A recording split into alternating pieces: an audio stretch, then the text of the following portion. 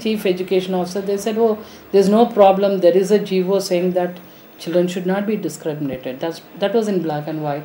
But when it came to practical aspects, my nearby schools refused to take my children. Now the government passed a policy on no discrimination in the schools. Even the positive children has to be accepted in the regular schools. And is that happening? I would say no, it's not happening. And I have 15 positive children, and I had trouble getting them to schools for 5 years. I went to each and every school here in our neighborhood, and everybody said no. Why? Because they're actually positive. Don't make a long-term commitment. Even a short-term commitment goes a long way, but make some commitment towards children because they don't have a voice. In terms of government, they definitely don't have a voice, and they're not a voting bank. So they don't count. So I don't care what government says, what fabulous work it's doing with all children and women and widows and all of that. But I know at the ground level, children are in a very bad condition.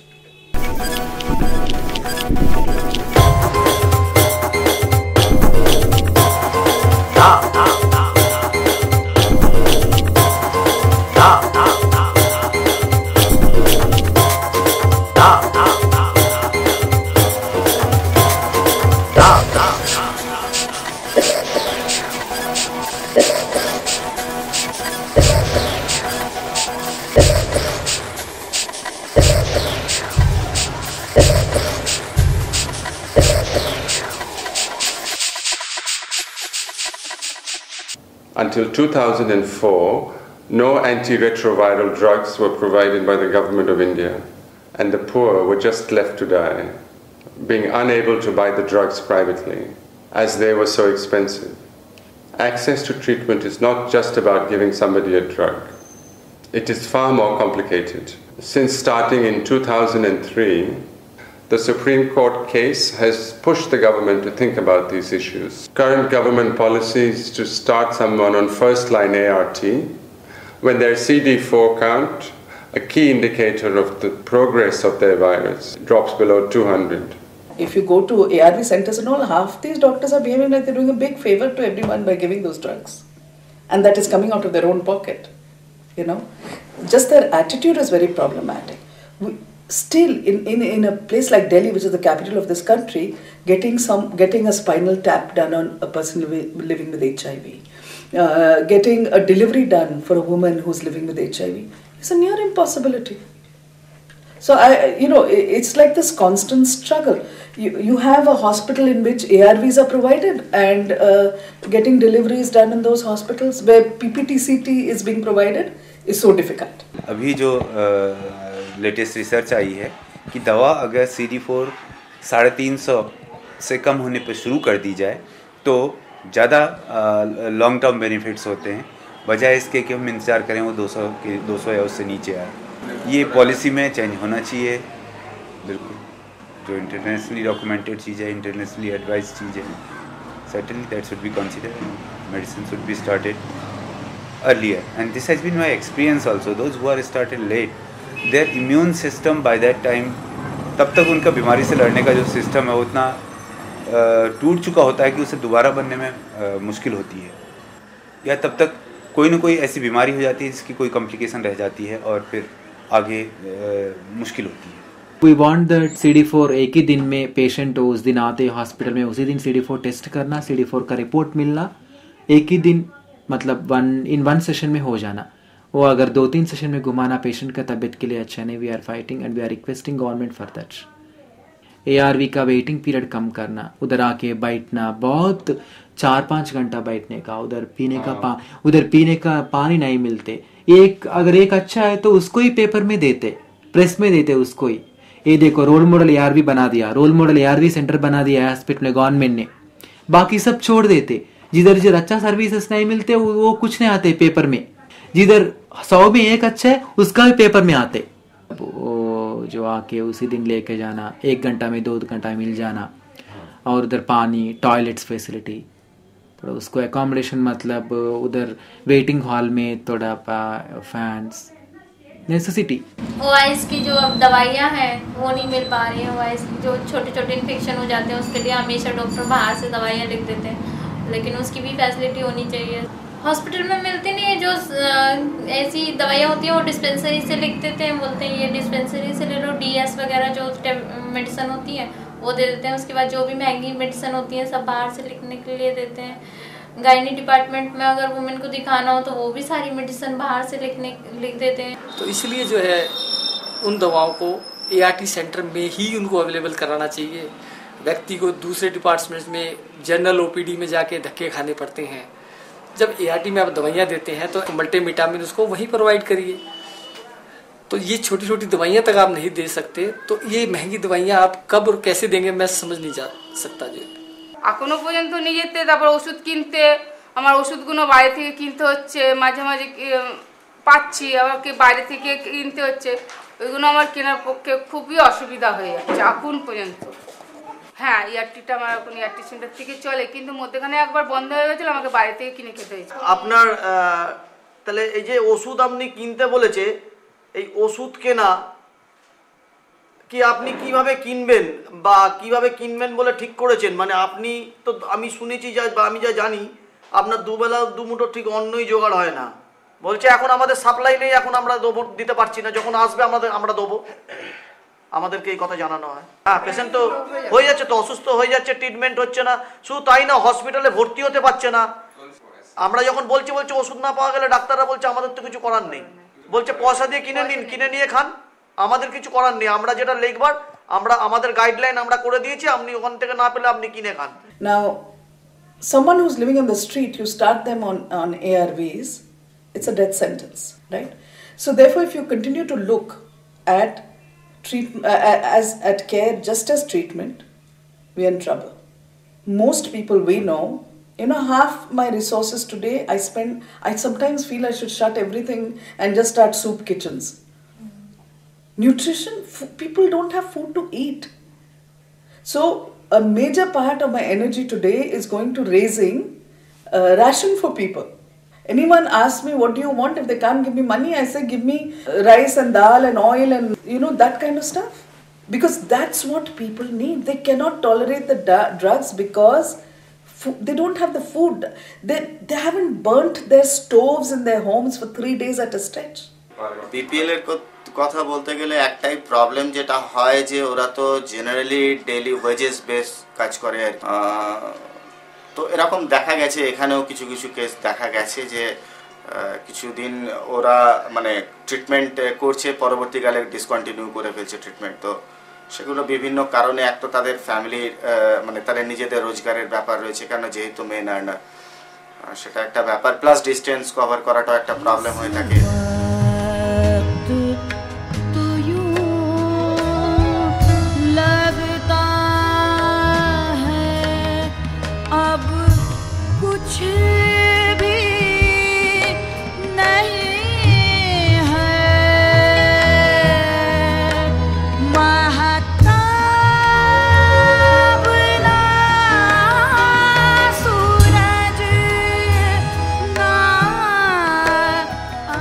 Second line के लिए भी हम लोग लड़ रहे हैं, कैसे second line मिलना चाहिए हमारे हर स्टेट में। In December, we suddenly come to know that in overall India, they are planning only 10 centers and each state only 1 center. From अभी यहाँ से प्रॉब्लम शुरू होता है, सिर्फ बॉम्बे में 1 सेंटर पे शुरू होगा और बाकी पूरा Bombay is extreme end of Maharashtra, और एक एंड से दूसरे एंड पे it is distance is more than from that place to Delhi.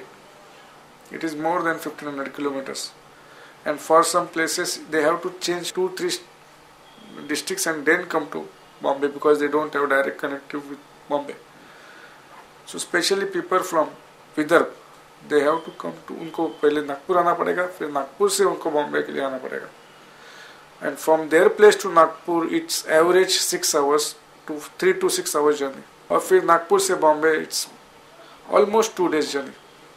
5-6 days people have to spend only in traveling, and if you वो जो पैसा है it is almost close to the cost of the second line treatment. So 5,000 rupees they are spending on traveling, plus रास्ते में कुछ भी खाएंगे, कुछ भी पानी पिएंगे, so there health issue because already there वो लोग सेकेंड लाइन ट्रीटमेंट पे है। तो ये सब इशू के ऊपर वो लोगों ने कुछ भी नहीं सोचा when they made this policy.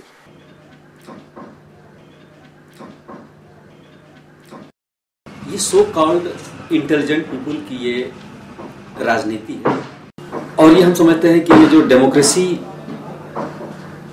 जो हमारी कंट्री है उसमें हमारे राइट का वायलेशन है। ये हमारे अधिकारों का हनन हो रहा है कि आप किसी को दे रहे हैं और किसी को नहीं दे रहे हैं। ये कंप्लीटली मतलब इनह्यूमन है ये डिसीजन जो लिया गया है। इस डिसीजन पे लेकर करके बैठे हुए जो व्यक्ति हैं, आपके पास पैसा नहीं है, एक सिंपल लॉजिक कि मैं एक पिता हूं, हमारी 3 बेटियां हैं, हम एक बेटी को खाना खिलाएं और 2 बेटी को नहीं खिलाएं, how I can justify in front of God, in front of community, चाहे इतने जो लोग हैं सोसाइटी के सामने, मैं समझता हूं कि आई कैन नॉट जस्टिफाई। अगर हमारे पास एक रोटी है तो हम अपने घर में एक एक टुकड़ा सबको दूंगा मैं, अगर नहीं है तो मैं किसी को भी नहीं दूंगा। लेकिन इसके लिए मैं समझता हूं कि अगर सरकार कहती है कि हमारे पास पैसा नहीं है, सरकार कहती है कि हमारे पास इतना वो नहीं है, तो इसके लिए आप पूरी कम्युनिटी से पैसा लीजिए, आप देश से पैसा लीजिए या कहीं से भी, और नहीं तो आप अगर दे रहे हैं तो सबको दीजिए और नहीं देना है तो बंद कर दीजिए। लेकिन इस तरह का हमारे कम्युनिटी के बीच में दूरियां पैदा करना, मैं समझता हूं कि it's injustice, inhuman and completely violation of our right. मैं समझता हूं कि खुदा के सामने ये लोग जाकर करके जो सो कॉल्ड इंटेलिजेंट पीपुल हैं, how they are going to show their face कि they are the decision maker, और कैसे डिसीजन ले रहे हैं। ये decision is not a healthy decision. पैसा तो है? जीने के लिए अगर आपके देश में पैसा नहीं है, अगर आपको हमको स्वास्थ्य नहीं दे सकते हैं, आपको हमको सम्मान नहीं दे सकते हैं, तो आपको सरकार में बैठने का हक भी क्या है? तो पिछले 4 साल में जब मूवमेंट चला तो पूरे इंडिया का जब हम होलिस्टिक देखते हैं तो आज पूरा करीब 225 डिस्ट्रिक्ट लेवल नेटवर्क हैं, करीब 22 स्टेट लेवल नेटवर्क हैं। तो ये नेटवर्क कहीं ना कहीं लोगों को फैसिलिटेट करते हैं। स्टेट एड्स कंट्रोल सोसाइटीज़ की अगर आज हम लोग पिक्चर देखते हैं, जो नाकों का सपोर्टिव हैंड है और स्टेट प्रोग्राम को आगे बढ़ाने के लिए गवर्नमेंट की बॉडी है, तो definitely state AIDS control society की समझ में बहुत परिवर्तन हुआ है और आज वो लोग भी अच्छा काम कर रहे हैं। तो अगर 4 साल पहले की पिक्चर में और आज की पिक्चर में देखते हैं तो ट्रीटमेंट का मुद्दा हो या स्टिग्मा का मुद्दा हो, दोनों में परिवर्तन आया है। लेकिन अभी भी हम लोगों की सिचुएशन इसी तरीके से है कि वो एक रेगिस्तान में मुट्ठी भर रेत नापने जैसी है। अभी बहुत काम होना है और अभी अल्टीमेटली जो पूरा का पूरा मूवमेंट डिस्ट्रिक्ट लेवल तक पहुंच पाया है या एक तरह से कह सकते हैं कि शहरी क्षेत्रों में पहुंच पाया है, ये पूरा का पूरा मूवमेंट, ये पूरी की पूरी समझ जब तक गांव के स्तर तक नहीं पहुंच जाती है तब तक ये पूरा का पूरा मूवमेंट विकास की राह पर चलता रहेगा।